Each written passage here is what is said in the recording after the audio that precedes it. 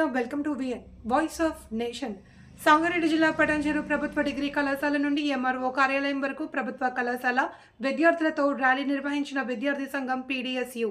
ప్రభుత్వ కళాశాలలో పెండింగ్లో ఉన్న 8,000 కోట్ల రూపాయలు స్కాలర్షిప్స్ వెంటనే మంజూరు చేయాలి అని, అదేవిధంగా ప్రభుత్వ పాఠశాలల్లో మరియు కళాశాలలో మధ్యాహ్న భోజన వసతి కూడా కల్పించాలి అని విద్యార్థులతో ర్యాలీ చేస్తూ ఎంఆర్ఓ ఆఫీస్ ముందు ధర్నా చేశారు.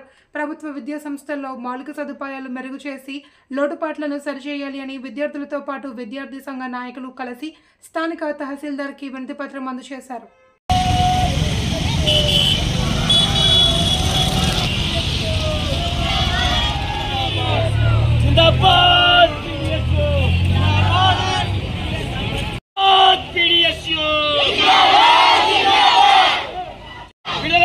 पेंडिंग लोन स्कॉलरशिप वेंटने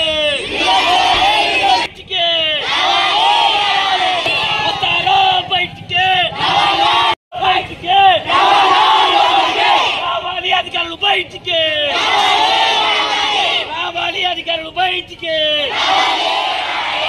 రావాలి, అధికారులు బయటికి పెండింగ్ లోన్ స్కాలర్షిప్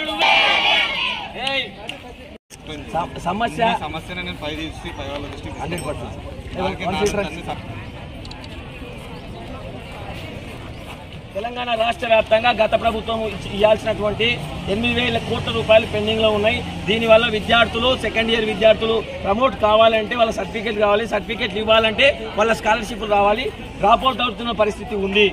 దాంతో పాటుగా విద్యారంగంలో ఉన్నటువంటి ప్రభుత్వ స్కూల్ వాళ్ళకి తెలంగాణ రాష్ట్రంలో మధ్యాహ్న భోజన పథకం పెడతామని చెప్పి అమలు చేస్తామని చెప్పారు.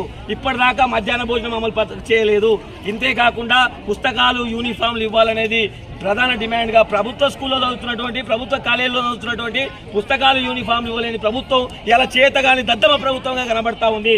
విద్యారంగం స్పష్టంగా తెలంగాణ రాష్ట్ర వ్యాప్తంగా విద్యారంగం మారితేనే విద్యారంగంగా మారితేనే ఇలా విద్యార్థుల భవిష్యత్తు మారితేనే మా బంగారు తెలంగాణలో మా భవిష్యత్తు మారాలని చెప్పి మేము డిమాండ్ చేస్తా ఉన్నాం.